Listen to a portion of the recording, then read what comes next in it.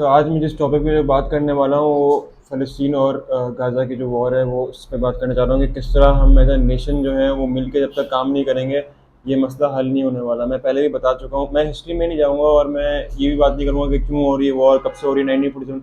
ये सब चीज़ें आप लोगों को बता चुके हैं, लेकिन जो मेन चीज़ है ना वो है कि एज अ नेशन हम कब ग्रो करेंगे, हम कब रियलाइज़ करेंगे कि भाई हमारी हमारी फाइनेंशियल सिचुएशन कितनी ख़राब है कि हम सिर्फ मजम्मत ही कर सकते हैं। ठीक है, पोस्ट करें, प्रोटेस्ट करें, लेकिन इनसे चीज़ें नहीं होती हैं। ये हमें रियलाइज़ करना पड़ेगा कि कितने हम लोग कितना ज़्यादा जो है वो हम लोग बेबस हो चुके हैं कि हम अपने भाइयों की जो है जो गाज़ा में फ़लस्तीन में उनकी हेल्प भी नहीं कर सकते।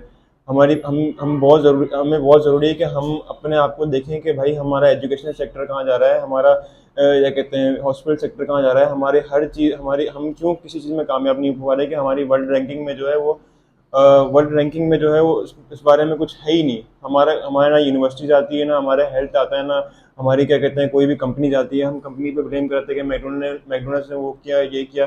हमारी अपनी कंपनीज कितनी स्ट्रांग है कि वो जाके भी फ़लस्तीन में जाके जो है ना वो एड प्रोवाइड कर सकती हैं। और दूसरी चीज़ बहुत ज़रूरी, बहुत इंपॉर्टेंट जो है वो है कि अखलाकियात जो है ना, अखलाकियात वो किसी भी ये अखलाकियात ही होती हैं जो किसी भी माशरे में हम जिस भी चीज़ में देखते हैं ना वो अखलाकियात हमारी लैग करे, चाहे वो एंटरप्रेन्योरशिप हो या फिर कारोबार हो या कोई भी चीज़ हो। हर चीज़ में जो है ना हम लोग एक दूसरे को काटने में लगे हुए हैं। जब एक दूसरे को काटेंगे तो हम कभी भी खुद भी आगे नहीं बढ़ सकते। हम देख सकते हैं कि क्या कहते हैं चादर चादर को काट रहा होता है, पॉलिटिशियन पॉलिटिशियन को काट रहा होता है। और मैं इसलिए बोलता हूँ कि हम एज अ यूथ कितना ज़रूरी है कि इस बात को समझें, ये हमारी जिम्मेदारी है।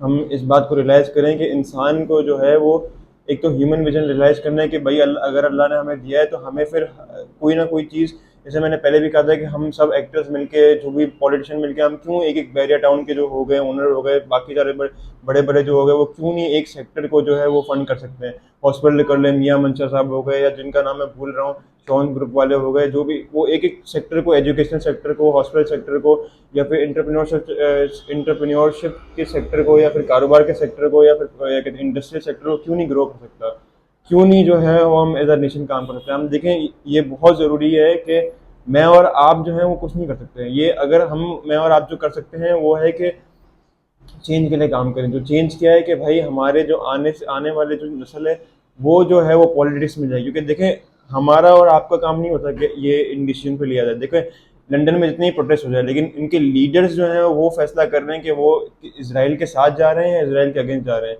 तो ये बड़ी बड़ी जो कंपनीज है वो डिसाइड कर रही हैं। प्रोटेस्ट से कुछ नहीं हो रहा। लंदन के अपने लोगों ने भी प्रोटेस्ट किया है, पेरिस के अपने लोगों ने भी प्रोटेस्ट किया है, लेकिन क्या, क्योंकि लीडर्स ने डिसाइड किया है कि वो क्या डिसीजन लेंगे, वो क्या नहीं करेंगे। इसीलिए मैं बोलता हूँ कि हर बंदे को एक तो रियलाइज़ करना चाहिए कि वो अगर उसको अल्लाह ने दिया है तो वो अपने कंफर्ट से बाहर निकले, वो अपने से पूछे कि मैं दुनिया में क्यों आया हूँ, और फिर वो पॉलिटिक्स में आए। क्योंकि इंसान की जो ज़िंदगी की जितनी मेरी कैलकुलेशन है वो अल्लाह ने भेजा है इंसान को जस्टिस क्रिएट करने के लिए। हम अगर अल्लाह ताला हमें बोलता है कि नबी की ज़िंदगी सीखो, तो नबी की ज़िंदगी से हमें यही करता है कि उन्होंने सोशो इकोनॉमिक रिफॉर्म के लिए काम किया।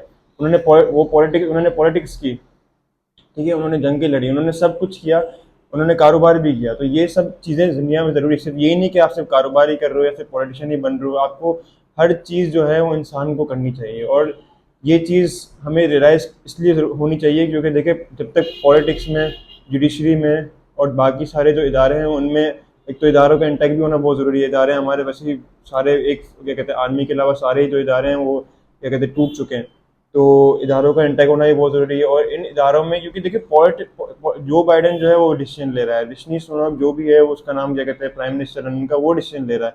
मोहम्मद बिन सलमान जो है वो डिसीजन ले रहा है कि उसने क्या करना है क्या नहीं करना। तो ये अपर लीडर्स तक, जब तक हमें कोशिश करनी है कि हम अपर लीडर्स से पहुँचे। हमें अपने खौफ के जो है ना वो, एक तो हम फेम के खौफ में, एक तो हम फेम के खौफ की जंजीरें तोड़नी है। और इन जो हमें बुत बना बना दिया ना, पैसों के जो बुत बन जाते हैं, फेम के बुत, उस चीज़ को भी तोड़ना है हमें। और ये जंजीरें ऐसे नहीं कि ऐसे टूट जाएंगी, इसको तोड़नी पड़ेगी। प्लेट में रह के नहीं टूटेंगी ये। तो इसलिए बहुत ज़रूरी है कि हम चाहते हैं कि अगले 70 साल भी हम सिर्फ प्रोटेस्ट ना करें और वाकई एक्शन ले पाएँ।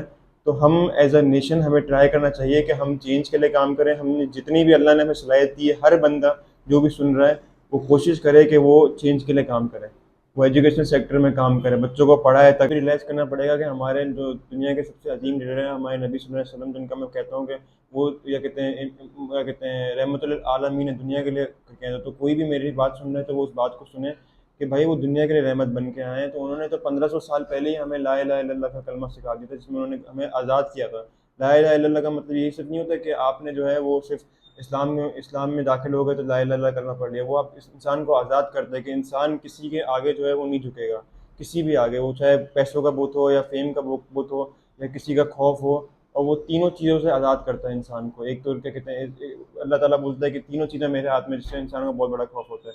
तो इन चीज़ों से भी हमें आज़ाद होना है कि हम हमें हमें ये डर नहीं हो कि भाई हमारा कारोबार खराब हो जाएगा, हमारी इज्जत खराब हो गई। हमें जो जो हमें सही जिस हमें है, मैं तो तालिब इल्म हूँ कि इंसान को अल्लाह ने जस्टिस के लिए दुनिया में जस्टिस कायम करने के लिए भाई, कि अदलो इंसाफ, जिस जिस माशरे में अदलो इंसाफ नहीं होता इंसानों में, चाहे उस माशरे में बरकत ही नहीं होती। क्यों वैसे में बरकत है? क्योंकि वहाँ पे इंसानों में इंसाफ है। वहाँ पे ये नहीं है कि भाई छोड़ क्या कहते हैं, चाहे बंदा जितनी भी करप्शन करे उसको पता है कि क्या कहते हैं उसको सजा मिलेगी। तो विल्सन चर्चिल ने आके किसी ने आके विल्सन चर्चिल से पूछा कि भाई अब क्या होगा बरतानिया का, क्या हम गिर जाएंगे, माशी जो तबाह हो जाते हैं। विल्सन चर्चिल ने उस बंदे से पूछा कि क्या हमारे मुल्क में इंसाफ है, क्या आम आदमी को इंसाफ मिलता है? तो उसने बोला हाँ मिलता है। तो उसने बोला हम फिर तबाह नहीं होंगे। कि तो किसी भी माशरे का जो अहम है ना, जो हमारे माशरे में बिल्कुल ख़त्म हो चुका है, वो है इंसानों में इंसाफ।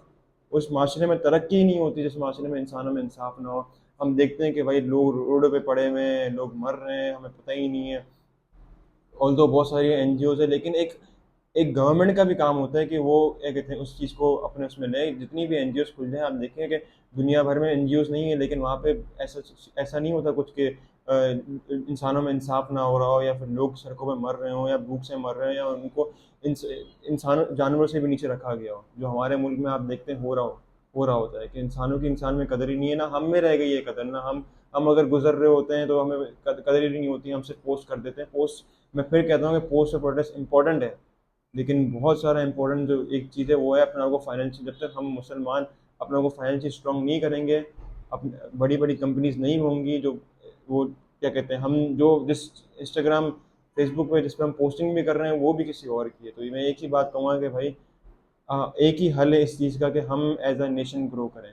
हम जब तक एज अ नेशन ग्रो नहीं करेंगे, हम आगे नहीं बढ़ सकते। फिर वही 70 साल बाद भी वही हाल होगा। एज अ नेशन ग्रो करें, इंटैक्ट रहें, आपस में जुड़ के रहें, लड़े नहीं, आपस में एक दूसरे की हेल्प करें, बिजनेस में ग्रो करें, एजुकेशन में ग्रो करें, हर उस इदारे में ग्रो करें जो आप देख सकते हैं कि अब एक अहम रोल प्ले करती है जब इस तरह की चीज़ें होती हैं।